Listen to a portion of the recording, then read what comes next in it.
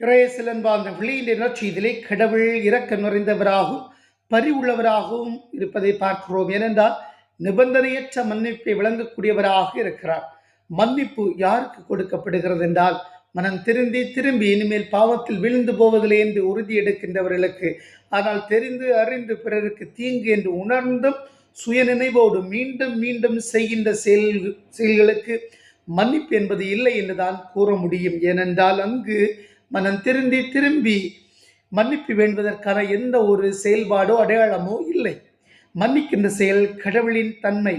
எப்பொழுதெல்லாம் நாம் நமக்கு எதிராக செயல்படுகின்றவர்களை மன்னிக்கின்றோமோ அப்பொழுதெல்லாம் நம்மில் இருக்கக்கூடிய இறைத்தன்மை வெளிப்படுத்தப்படுகிறது.